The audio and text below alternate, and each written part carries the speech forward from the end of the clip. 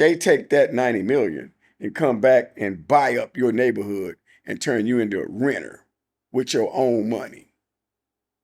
With your own money. And when grandma dies and that house is foreclosed on or sold by the grandson or whomever, you know, they buy up that house, right? And then push you out of your neighborhood with your own money.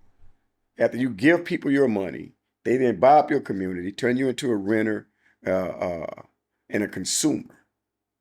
So every dollar you make when you're trading your hours in your life for a dollar, you then give that dollar for the rent, the car note, the groceries, the electric bill, the gas bill, the water bill. You give it, the transmission goes out in the car, so you can never get ahead. You say, what happened to my American dream? Hmm? And it didn't matter whether you were religious and went to that church every Sunday or whether you stood on the street corner. What happened to your American dream? Somebody got to explain why I ain't got shit. Forgive me for the way I use that word, but that's just a fact. Somebody explain why you ain't got it, right? Out of all these years of working hard, fighting in the wars, coming back and not being able to get the GI Bill when you came back from Vietnam.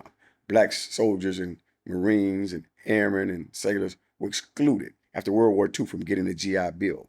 White soldiers got it and were able to buy houses and start businesses and careers, but black soldiers didn't. Refused to give it to them. Think about that, bro.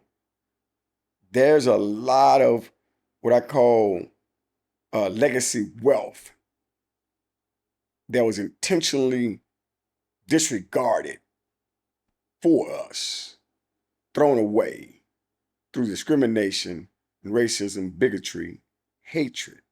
And Lyndon Johnson said, hey, bro, if you convince Lyndon Johnson, you know, president after John F. Kennedy, he said, if you could convince the lowest white man that he's better than the most accomplished black man, you can stick your hand in his pocket and rob him blind.